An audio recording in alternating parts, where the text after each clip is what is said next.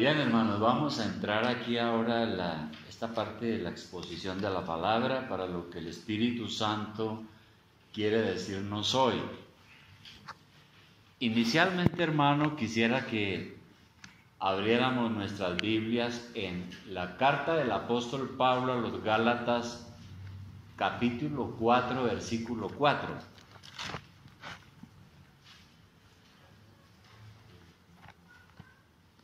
Gálatas capítulo 4, versículo 4.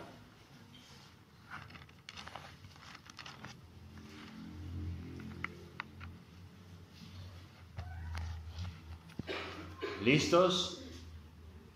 Bueno, dice ya lo siguiente, dice: pero cuando vino el cumplimiento del tiempo, Dios envió a su Hijo, nacido de mujer y nacido bajo la ley. ¿Qué querrá decir eso? Bueno, entendemos que Dios envió a su Hijo, pero dice que nacido bajo la ley. ¿Qué quiere decir eso de nacido bajo la ley? Bueno, mientras pensamos, entonces vamos a Lucas 2:21. Lucas 2:21, que es el pasaje que vamos a examinar. Pero ahí está la respuesta de la pregunta. Él nació de mujer, el Hijo de Dios, el Eterno de Dios, nació de mujer y nació bajo la ley. Aquí está la respuesta en Lucas 2:21. Vamos a leerlo, dice: cumplidos los 8 días para circuncidar al niño, le pusieron por nombre Jesús, el cual había sido puesto por el ángel antes que fuese concebido. Y cuando se cumplieron los días de la purificación de ellos, conforme a la ley de Moisés, le trajeron a Jerusalén para presentarle al Señor, ¿no? Entonces, la primera cosa que vemos aquí es que cuando cumple el niño 8 días de nacido fue circuncidado, porque era judío. La primera cosa fue que fue sometido al rito de la ley de la circuncisión. ¿Y qué significaba la circuncisión? La circuncisión significaba, primero, que todo judío pertenecía ahora al pueblo de Dios, al pueblo de las promesas, al pueblo del pacto. Y en segundo lugar también tenía un simbolismo espiritual en el sentido de la limpieza. Recordemos que también la circuncisión, que consistía en cortar el prepucio del miembro viril del varón,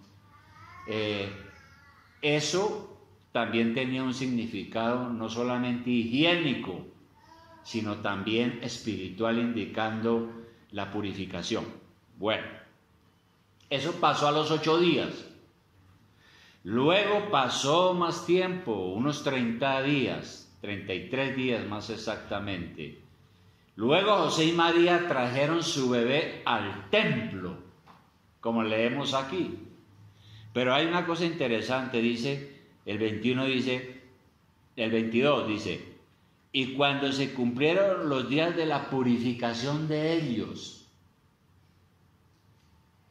José y María, especialmente María, cumplió su purificación. ¿Cuál purificación? Pues según Levítico 12:1, vamos a mirar rápidamente el Antiguo Testamento, el Levítico, en el capítulo 12:1,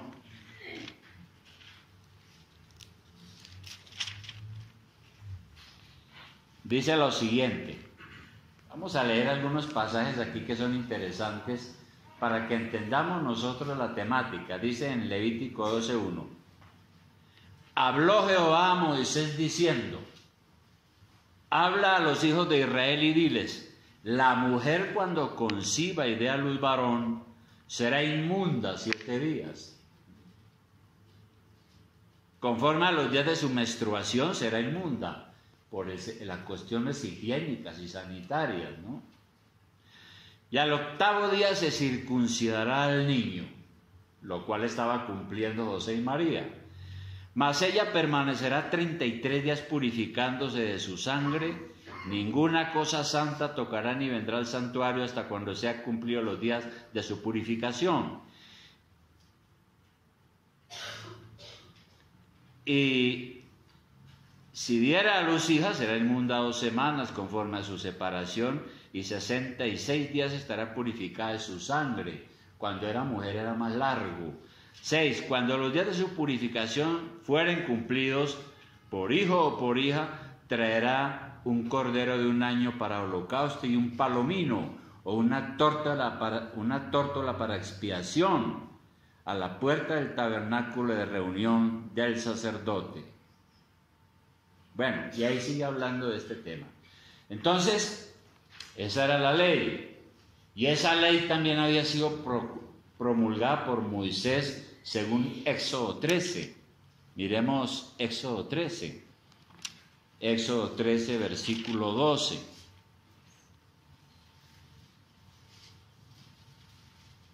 Allí habla el pasaje de algo que es muy importante, se llama la consagración de los primogénitos.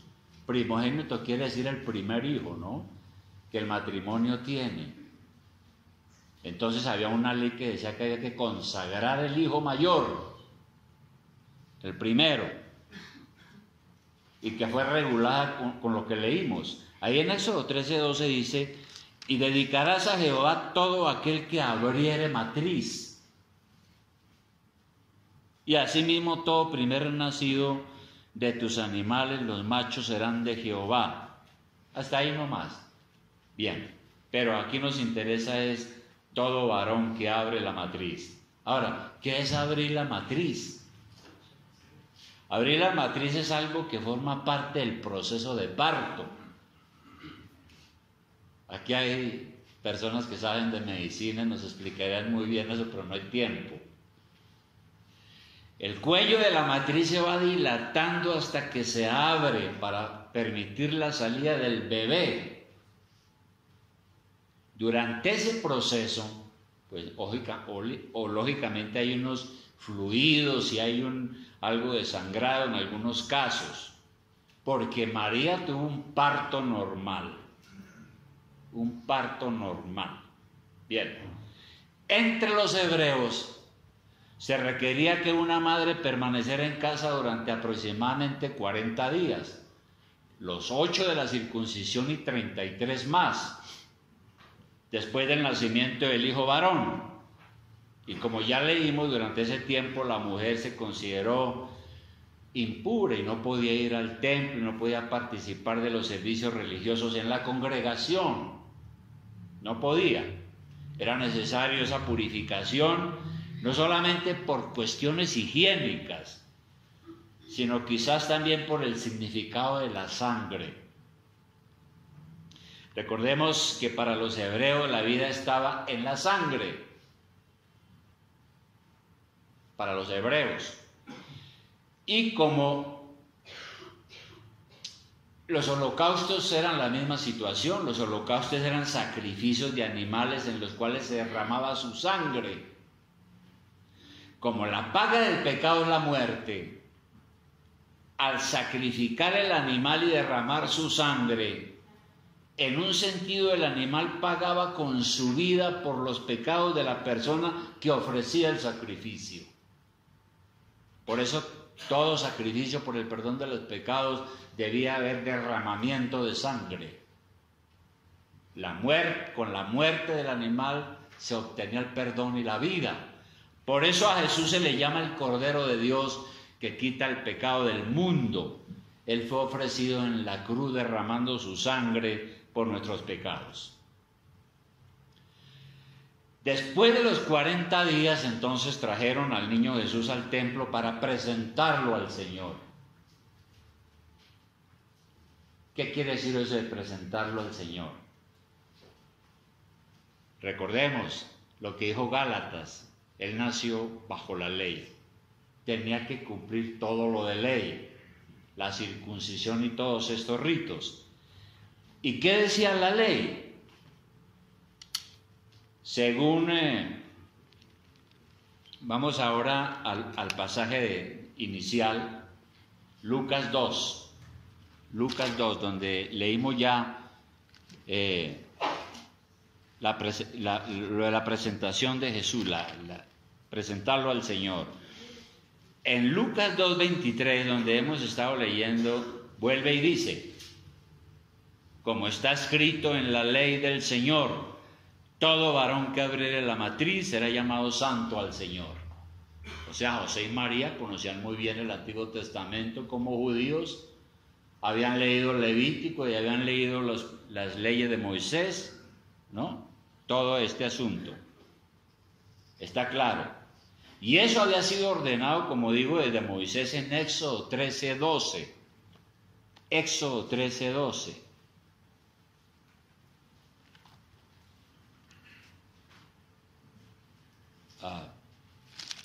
Éxodo capítulo 13, versículo 12. Dice, Moisés había dicho, dedicarás a Jehová todo aquel que abriere matriz, y asimismo todo primer nacido de tus animales, los machos serán de Jehová, como lo hemos leído. Entonces, el pueblo debía entender que los hijos le pertenecen a Dios, la primera cosa. Por eso tenía que presentarlo al Señor y decirle, Señor, aquí está el hijo que tú nos has dado, es tuyo, tuyo.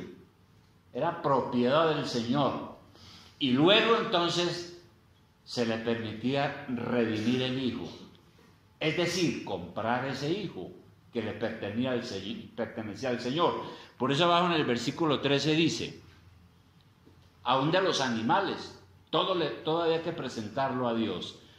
Mas todo primogénito de asno redimirás con un cordero. Es decir, si la persona le gustaba el asno, que era un animal de carga y de trabajo, podía quedarse con él, pero tenía que ofrecer un cordero en sacrificio. Y si no lo redimieres, quebrará su servicio, o sea, había que matarlo. También redimirás al primogénito de tus hijos, dice allí. Y redimir quiere decir comprar, rescatar. Entonces, el rito era el siguiente. Uno tenía el primer hijo, uno iba al templo a presentarlo al Señor, después de la circuncisión, después de la purificación de la mujer. Aquí está, Señor, el hijo que tú me has dado. Gracias, Señor, porque es tuyo, debo dejarlo de aquí para siempre, pero tú me has permitido redimirlo. Voy entonces a comprarlo. ¿Cómo? Con este sacrificio y con esas cosas que estaban reglamentadas en la ley de Moisés. Eso es muy interesante, aprender esas cosas, hermano. Entender esas cosas, porque eso ya nos va ubicando y dando a entender bien cómo es este asunto de que Jesús se hizo hombre de verdad, humano de verdad. Ahora, estando allí José y María en ese rito, se acercó un hombre llamado Simeón. Los nombres hebreos tienen significado, ¿no? Todos los nombres hebreos. Por ejemplo, Jesús significa Salvador. Simeón significa Dios ha escuchado. Eso quería decir el nombre Simeón. Y la escena es impactante. Veamos otra vez Lucas 2:25. ¿Dónde estamos? Lucas 2:25, ¿dónde estamos? Dice, y aquí había en Jerusalén un hombre llamado Simeón. Y este hombre justo y piadoso esperaba la consolación de Israel y el Espíritu Santo estaba sobre él. Es decir, un hombre que conocía las profecías bíblicas, que habló Isaías, que hablaron los profetas y que ellos venían escribiendo y predicando y diciendo, vendrá un día un Salvador que nos salvará del pecado y de estas cosas. Este hombre conocía las profecías y esperaba eso. Y la escena es impactante, ¿no? Según el versículo 26 y todo eso. Dice, Este hombre tuvo la bendición de hallarse frente al cumplimiento de la más grande promesa que Dios le había hecho al hombre. Tuvo en sus brazos al Salvador del mundo recién nacido. Y entonces Simeón hace una oración de fe y esperanza. La primera cosa que este hombre reconoce es que Dios es fiel. Versículo 26. A este hombre, dice la Escritura, le había sido revelado por el Espíritu Santo que no vería la muerte, o sea, la muerte de él, antes que viese al ungido del Señor. Y movido por el Espíritu, vino al templo, por el Espíritu Santo. Y cuando los padres del niño Jesús lo trajeron al templo para hacer por él conforme al rito de la ley, él lo tomó en sus brazos y bendijo a Dios diciendo.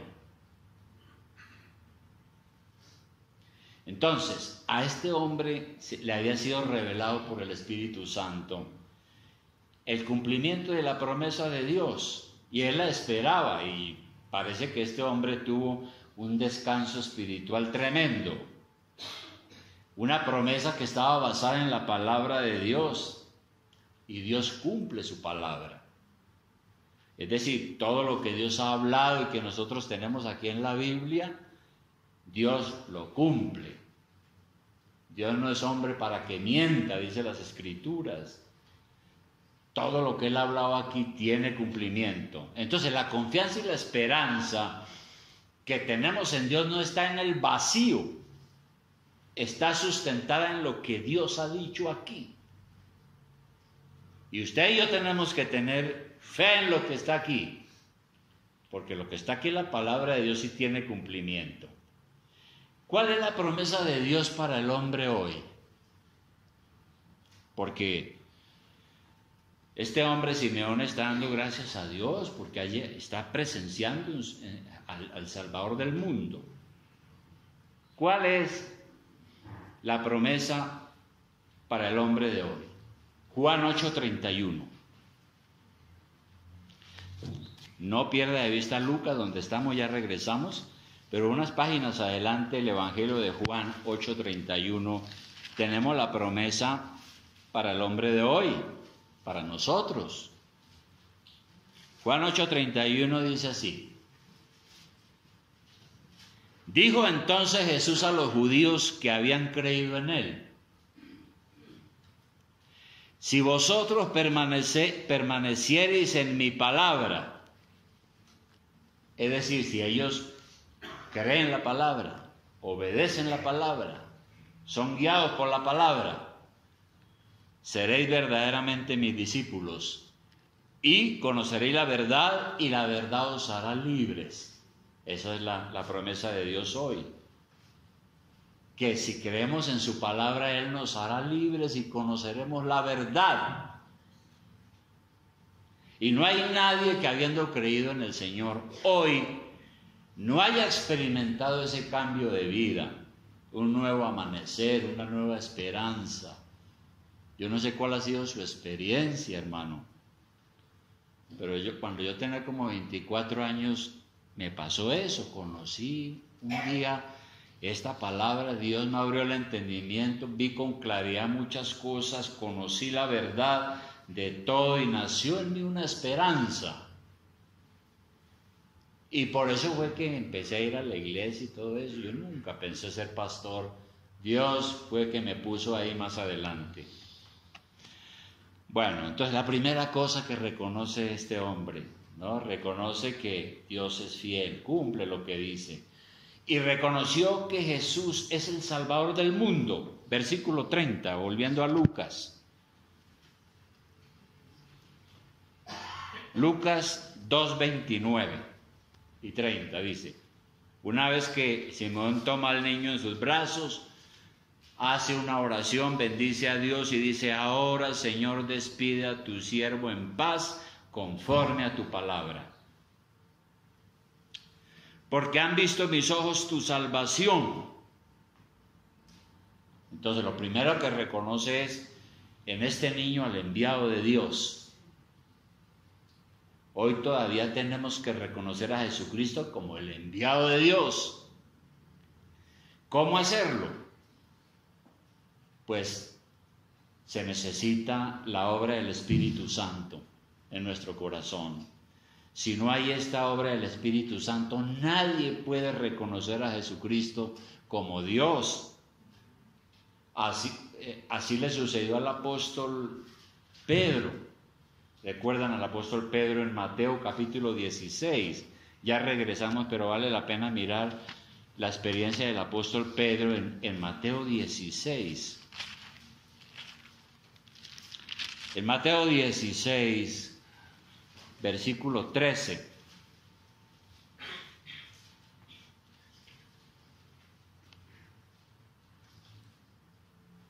¿Cómo reconocer a Jesucristo como el enviado de Dios?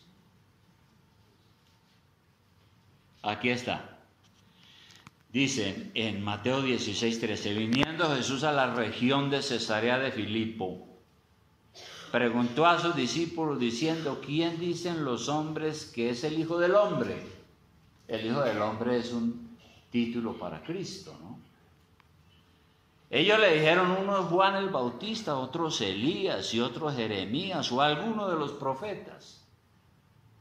Entonces Jesús quiere hacer una encuesta y le pregunta a sus discípulos, bueno, ¿qué dice la gente por ahí? ¿Quién soy yo? Y le responde, uno dice que tú eres la reencarnación de Juan el Bautista. O tú eres esto, tú eres otra persona, tú eres la reencarnación de Jeremías. Y entonces el Señor les dice en el 15, ¿y vosotros quién decís que soy? Es decir, ¿y ustedes qué piensan? ¿Quién soy yo? 16, respondiendo Simón Pedro dijo, tú eres el Cristo, el Hijo del Dios viviente. 17, entonces le respondió Jesús, bienaventurado eres Simón, hijo de Jonás, porque no te lo reveló carne ni sangre, sino mi Padre que está en los cielos. Hermano, para uno decir Jesucristo es el Hijo de Dios, tiene que recibir esa revelación por el Espíritu Santo. Si no, ahí se va a quedar patinando y lleno de incredulidad. Es una cosa que hay que tener clara. La fe que no nace de la obra del Espíritu Santo en el corazón nuestro es una fe falsa.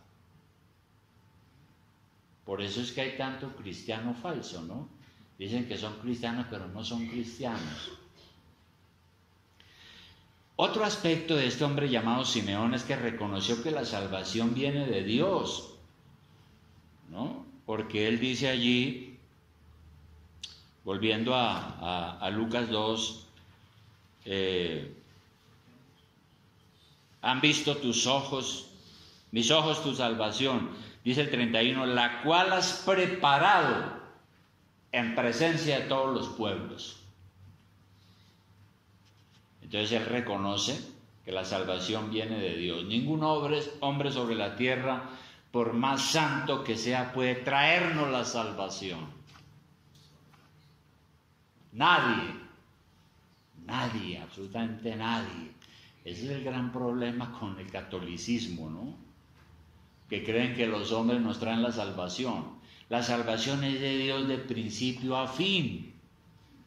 Dios planeó nuestra salvación. Usted puede leer el libro de Efesios donde dice que nosotros fuimos predestinados desde antes de la fundación del mundo. ¿No lo cree? Problema suyo. Pero ahí está en la Escritura. Dice que Dios conoció a los suyos desde antes de que vinieran a este mundo. Dios ejecutó esa salvación con el nacimiento y la muerte de Cristo en la cruz por nuestros pecados. Y Dios completará esta salvación cuando venga por segunda vez o cuando nos lleve a su presencia con Él. Entonces, este hombre llamado Simeón reconoce que la salvación viene de Dios y reconoció a Jesús como la luz del mundo. Versículo 32. Está con el bebé en sus brazos orando y dando gracias a Dios y dice que él es que Él es el enviado de Dios, el Salvador del mundo, esa salvación que Dios ha preparado. Y en el 32 dice, luz para revelación a los gentiles y gloria de tu pueblo Israel. Y entonces el Señor usa una metáfora, la luz. Y Él dice, yo soy la luz del mundo. ¿Por qué Jesús es la luz del mundo? Porque al ignorante le enseña sabiduría. Al pecador, al impuro, le enseña santidad y arrepentimiento. Y a los tristes les da gozo y alegría cuando encuentran su salvación. Además, todos los que por la gracia soberana de Dios son atraídos hacia Él, pues reciben todas las bendiciones que Dios tiene para los que creen. Y dice aquí que es luz para los gentiles. ¿Quiénes son los gentiles? Según el versículo 32, dice que Jesús ha venido para hacer luz a los gentiles. ¿Quiénes son los gentiles? Los no israelitas, correcto. En aquel tiempo eran los que no eran israelitas. Pero el equivalente hoy son los que no conocen a Jesucristo como su Salvador, los incrédulos. Los que no han sido regenerados, que no pertenecen a la iglesia. Jesús es la luz para ellos, para que conozcan la verdad. Y eso está de acuerdo con todas las profecías, porque las profecías, por ejemplo, en Isaías vive diciendo, hay varios pasajes donde dicen que al pueblo que andaba en sombra de muerte, luz les resplandeció. Es decir, hablando de todos aquellos que estaban en la ignorancia, en el pecado, sin conocer la verdad. Cristo es luz para ellos, porque conocerán la verdad, conocerán a Dios, al verdadero Dios, conocerán su ley, su plan de salvación. Y eso es lo que hace Jesús, ¿no? Como una noche oscura cuando va amaneciendo y va entrando el sol y va disipando las tinieblas. Todo el error y la ignorancia van desapareciendo y uno empieza a entender y ver la vida con claridad. Hermano, esa era la situación de todos nosotros, los que han experimentado esta salvación. Por ejemplo, Efesios 2:12.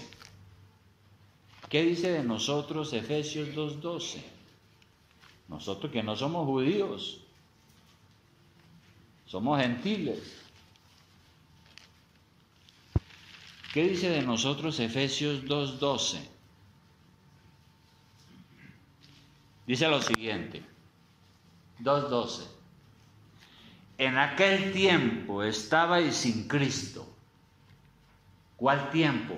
Cuando usted no había entendido, cuando usted no había conocido al Señor como su Salvador, cuando usted estaba en tinieblas, cuando usted se creía muy santo y muy religioso, pero no era cristiano.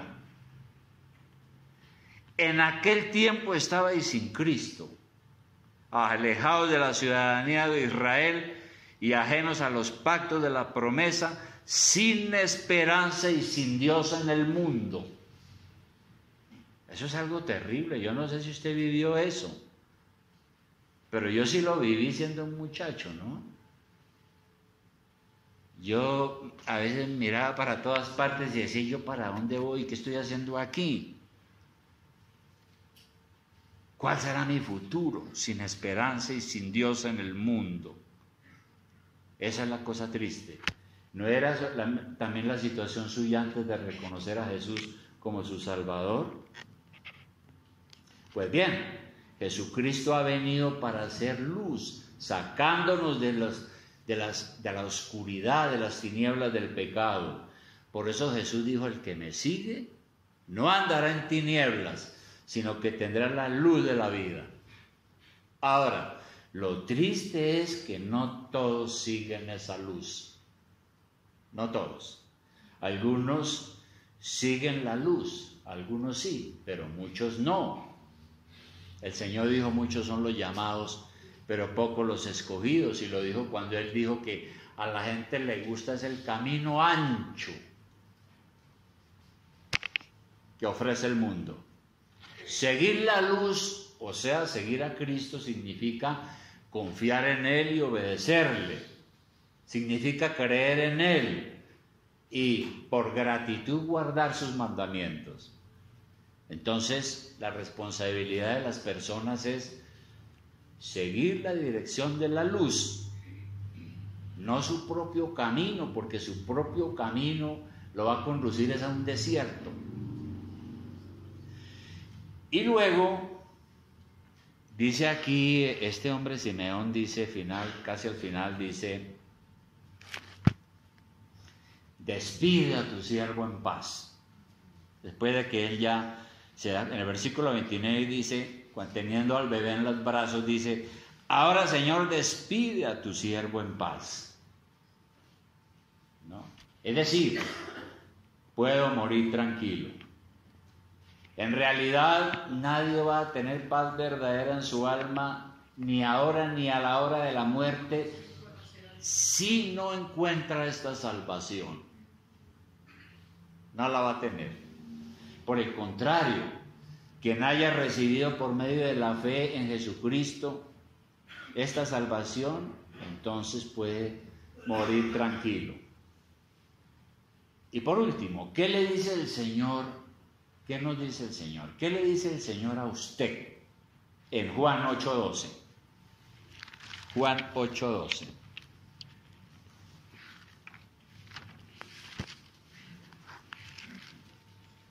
En Juan 8:12. Mire lo que el Señor le dice a usted, a mí también, claro, por supuesto. Pero le dice a usted, otra vez Jesús les habló diciendo, Juan 8:12, yo soy la luz del mundo. El que me sigue no andará en tinieblas, sino que tendrá la luz de la vida. ¿No? ¿Y eso qué significa? Que si usted no tiene a Cristo como la guía de su vida, no va a ver las cosas con claridad. En todo, en su vida, en su profesión, en sus negocios, en sus aspiraciones, va a desperdiciar su juventud. Estos jóvenes que están terminando su secundaria y van para la universidad, si no van con la luz, no les va a ir bien. Van a andar tropezándose con todo. Su matrimonio no le va a funcionar. Sus metas serán irrealizables. ¿Y por qué? La terquedad del corazón. La terquedad de nuestros corazones hace que no pongamos atención y preferimos seguir en la oscuridad. Esa es la tristeza, ¿no? Y muchos se dan cuenta de esto ya viejos. O después de muchas amarguras y entonces ya dicen, pero yo sí que era cerrado y trancado, ¿cómo es que no entendí? Y lo triste es que muchos aman más las tinieblas que la luz, según Juan 3:19, atrás, Juan 3:19. Juan 3:19, ¿por qué es que la gente no cree? ¿Por qué es que la gente no cree? Y uno dice, bueno, pero si es que esto es tan lindo, tan maravilloso, ¿qué cosa mejor que la vida cristiana? ¿Qué mejor que uno haberse apartado de todo el mundo del pecado? ¿Qué mejor que uno tener una iglesia y una familia de la fe? ¿Por qué la gente es tan cerrada de mente? Uno pregunta. Aquí está la respuesta. Aquí, Juan 3:18. ¿Qué dice ahí? Dice, el que en él cree no es condenado. Pero el que no cree ya ha sido condenado porque no ha creído en el nombre del unigénito Hijo de Dios. No ha creído en el Hijo de Dios. Está lleno de dudas y dice, eso es carreta. Ese libro de la Biblia es un libro viejo. Esta gente de las iglesias son un poco de fanáticos religiosos ahí. 19. Y esta es la condenación, entonces va a explicar cuál es la condenación. Que la luz vino al mundo y los hombres amaron más las tinieblas que la luz, porque sus obras eran malas. Las tinieblas es pues todo el pecado. Porque todo aquel que hace lo malo aborrece la luz y no viene a la luz para que sus obras no sean reprendidas. ¿Qué está diciendo allí? Está usando otra metáfora, ahora es la de las tinieblas. Y eso nos enseña que andar en las tinieblas es andar en el pecado, andar en la desobediencia. Y ese es el problema, hermano. A mucha gente no le gusta el evangelio es porque lo limita. La gente quiere ser libre para seguir haciendo lo malo. Entonces cuando empezamos a decirle, mire, es que usted es pecador, tiene que arrepentirse, usted no es ningún santo, entonces ya se siente, ¿no? Porque él sabe que tiene que apartarse de lo malo y empezar a obedecer a Dios. No le gusta a la gente para hacer precisamente lo que les gusta, pero no lo que agrada a Dios. Tampoco le gusta a la iglesia, porque es que la iglesia limita su libertad para pecar. Entonces viene el adúltero que tiene 2, 3 mujeres y empieza a aprender que eso es un pecado y una violación de la ley de Dios. Pero yo las quiero mucho. No, yo creo que mejor no vuelvo. ¿Sí? Y así muchos otros pecados y delitos que se cometen. Conclusión. Nuestro Dios prometió desde que el hombre cayó en pecado enviar un Salvador que lo liberaría de ese yugo. Y cumplió. Así que nuestra salvación del pecado y de la condenación es la ejecución de un plan eterno de Dios, porque Él no improvisa. Una liberación que no es solo para los judíos. Ese era el otro problema en los tiempos de Jesús, ¿no? Los judíos decían, ¿y este quién es? Hijo de un carpintero. ¿Qué nos viene a enseñar a nosotros que conocemos la ley de Dios? Ese está desengañando a la gente, mátenlo. La liberación no es solo para los judíos, es también para los gentiles, es decir, nosotros que no somos judíos. Porque Dios hizo un solo pueblo, dice la carta a los Efesios, no lo vamos a leer ahí, pero Dios dijo que su iglesia sería compuesta de judíos y gentiles. Un solo pueblo. Hoy en día sobre la tierra hay un solo pueblo, la iglesia de Dios, por la cual Cristo derramó su sangre y han sido salvados y liberados. Entonces, hermano, mire, lo importante es si creemos o no. Ahí está el meollo de la cuestión, si creemos o no. Juan 5:24. Juan 5:24. Juan 5:24 dice, de cierto os digo, el que oye mi palabra, o la lee en la Biblia, o la escucha en un mensaje, o escucha un sermón, el que escucha el mensaje del Evangelio. El que oye mi palabra y crea al que me envió, tiene vida eterna, y no vendrá a condenación, mas ha pasado de muerte a vida. Porque la salvación es un cambio tremendo. Uno se da cuenta de dónde salió y en las tinieblas que estaba y la ignorancia tan grande. Pero hay que creer, porque esta promesa del Señor es al que cree. El que no cree sigue en un estado de muerte espiritual. Sigue como el ciego en las tinieblas del pecado. Y el Señor es claro, ¿no? Hay un versículo muy interesante en Hebreos que dice: si oyeres hoy su voz, no endurezcan sus corazones. Dice el Señor en Hebreos: si oyen hoy su voz, no endurezcan sus corazones. Si es incrédulo, no verá la luz. No verá la luz. Seguirá condenado en la ignorancia y en la ceguera espiritual. Por lo tanto, si escucha hoy la voz de Dios, no endurezca su corazón. ¿Estamos escuchando esa voz de Dios esta mañana? Entonces oremos al Señor. Si oyeres hoy su voz, no endurezcamos nuestros corazones. Y lo que endurece nuestros corazones es la incredulidad. Amado Señor y Padre Celestial,